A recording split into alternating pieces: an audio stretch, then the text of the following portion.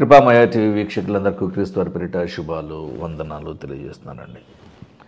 దేవుని యొక్క స్వాస్థ్య భాగము అంటే ఆయన వంతు, ఆయనకు రావలసినటువంటి భాగము, ఆయనకు చెందవలసినటువంటి భాగము.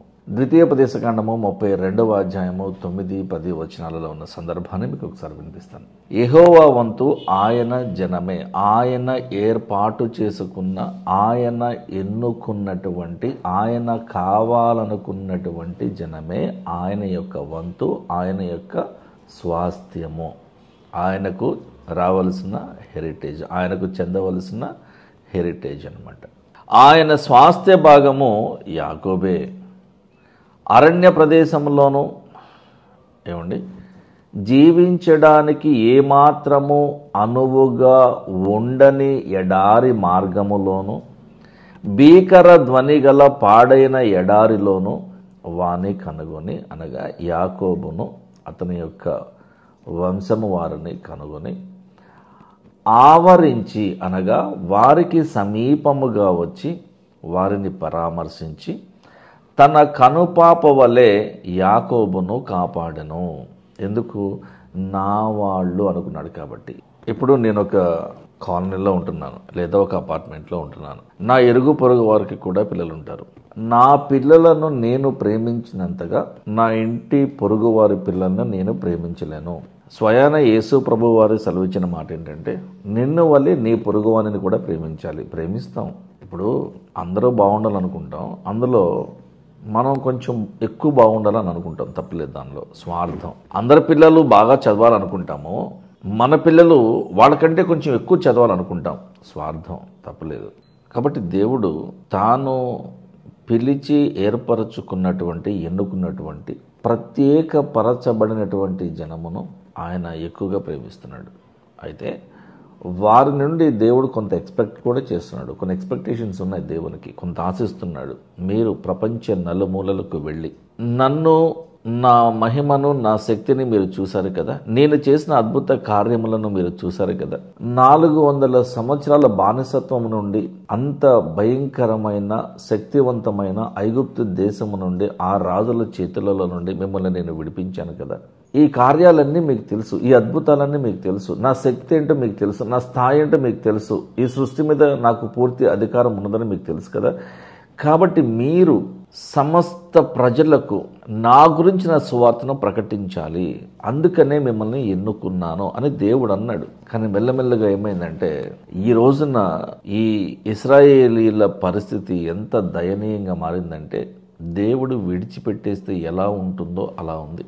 యేసుక్రీస్తును సొంత రక్షకునిగా ఒప్పుకున్న వాళ్ళు ఇప్పటికీ మహా అయితే 5-6 లక్షల మంది. 93 లక్షల జనాభాలో 5 నుండి 6 లక్షల మంది మాత్రమే యేసుక్రీస్తును తమ సొంత రక్షకునిగా అంగీకరిస్తున్నారు.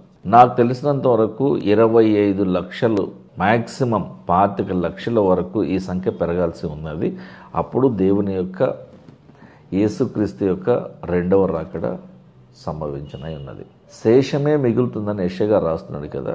శేషము 30%, మ్యాక్సిమం 33%, అంతకు మించి లేదు. యెషయా గ్రంథంలో 41వ అధ్యాయము 10వ వచనంలో ఒక మాట ఉంటుందండి. ఇశ్రాయేలు, నీవు నా దాసుడవనియు, అనగా నా సేవకుడవనియు, అనగా నా కొరకు పనిచేయవలసినటువంటి వ్యక్తివి, వంశానివి అనియు, నేను నిన్ను ఉపేక్షింపక, నిన్ను తిరస్కరించలేదు, నిన్ను విడిచిపెట్టలేదు, నిన్ను పక్కకి నెట్టక నా దగ్గరగా ఉండి నీకు సమీపంగా నేనొచ్చి నిన్ను ఏర్పరచుకున్నాను కదా. ఈ విషయం నీతో సూటిగా స్పష్టంగా మొహం మీద చెప్పేశారు. నేను నీకు తోడై ఉన్నాను, నువ్వు భయపడవద్దు. నేను నీ దేవుడనై ఉన్నాను, దిగులు పడవద్దు. నేను నిన్ను బలపరుస్తాను, నీకు సహాయం చేసేవాడిని నేనే. నీతి అను నా దక్షిణ హస్తముతో నిన్ను నేను ఆదుకుంటాను.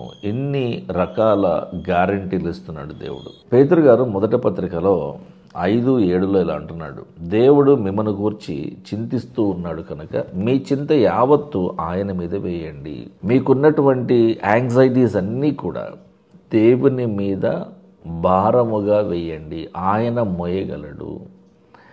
మనము మోయలేనంత బరువు మన మీద మనమే పెట్టుకున్నాము. పాపము రూపములో దేవునికి వ్యతిరేకత చూపిస్తున్న వారి రూపములో మనం ఇలా ఉన్నాము. కాబట్టి మీ చింత యావత్తు, మీకు ఎన్ని టెన్షన్స్ ఉన్నా సరే, ఉద్యోగం రావడం లేదా, ఆర్థిక ఇబ్బందులు ఉన్నాయా, స్వస్థత కలగడం లేదా, మీరు అనుకున్నది అనుకున్నట్టు జరగట్లేదా, ఏది కూడా మేలుకరంగా లేదా, ప్రతిదీ ఇబ్బందికరంగా ఉన్నదా, మీరు దయ్యము పట్టిన వారి వల్లే బిహేవ్ చేస్తూ ఉన్నారా, ఏవైనా అడిక్షన్స్కి లోనైపోయి బయటికి రాలేని పరిస్థితుల్లో ఉన్నారా, మీరు ఎటువంటి ఇబ్బందిలో ఉన్నా సరే దేవుని దగ్గరికి వచ్చి ఆయన పాదాలు పట్టుకుని మీరు కన్నీరు విడిచి ప్రార్థన చేయగలిగితే ఆయన క్షమించే దేవుడు, ఆయన కరుణించే దేవుడు, ఆయన ఆశీర్వదిస్తాడు, నేను స్వస్థపరుస్తాడు. కానీ నువ్వు చేయవలసింది ఏంటంటే, నీ అంతట నువ్వు మారు మనస్సు పొంది అప్పుడు వస్తేనే నిన్ను చూస్తాడు దేవుడు, నీ ప్రార్థన అంగీకరిస్తాడు దేవుడు. కీర్తనాకారుడు 55వ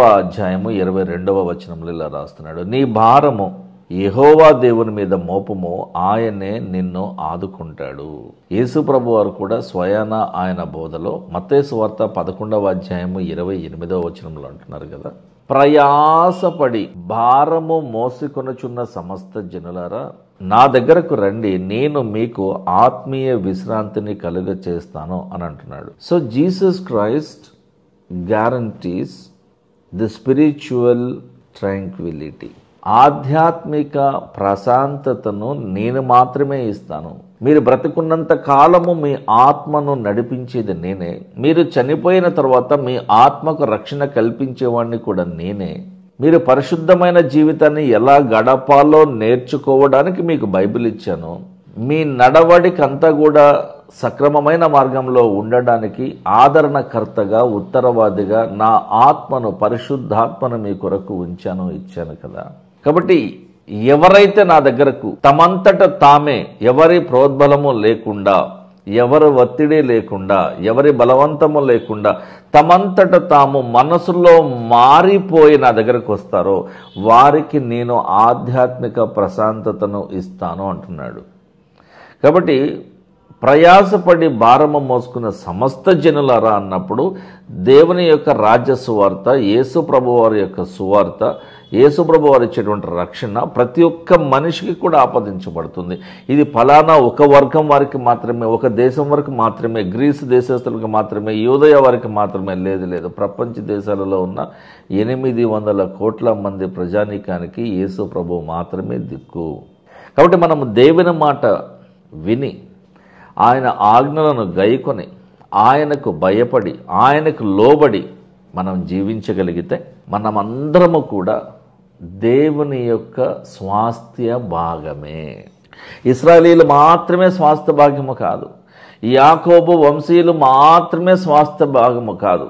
ఈ రోజున యేసుక్రీస్తును సొంత రక్షకునిగా నమ్ముకుని ఎంతమంది అయితే ఆయన రెండవ రాకడ కొరకు కనిపెట్టుకుని నిరీక్షణ కలిగి ఉంటున్నారో వారందరూ కూడా దేవుని స్వాస్థ్య భాగమే. చిన్న ప్రార్థన కొరకే తలలు వచ్చింది. ప్రేమగల తండ్రి, కనికరమగల దేవ, వివరించబడుతున్నటువంటి వాక్యాన్ని మీరు దీవించి ఆశీర్వదించండి నాయన. నిజమైన మారు మనసు మా అందరికీ ఇవ్వండి ప్రభువా. నీ మహిమలో, నీ ప్రేమలో నిలిచి ఉండేటువంటి గొప్ప భాగ్యాన్ని మాకు ఇవ్వండి నాయన. ప్రతి విషయంలో మా అందరికీ మీరు తోడుగా ఉండి మమ్మల్ని నడిపించుకొని క్రీస్తు వారి పరిశుద్ధ నామమున ప్రార్థన అడుగుతున్నాం తండ్రి. ఆమేన్. Thank you.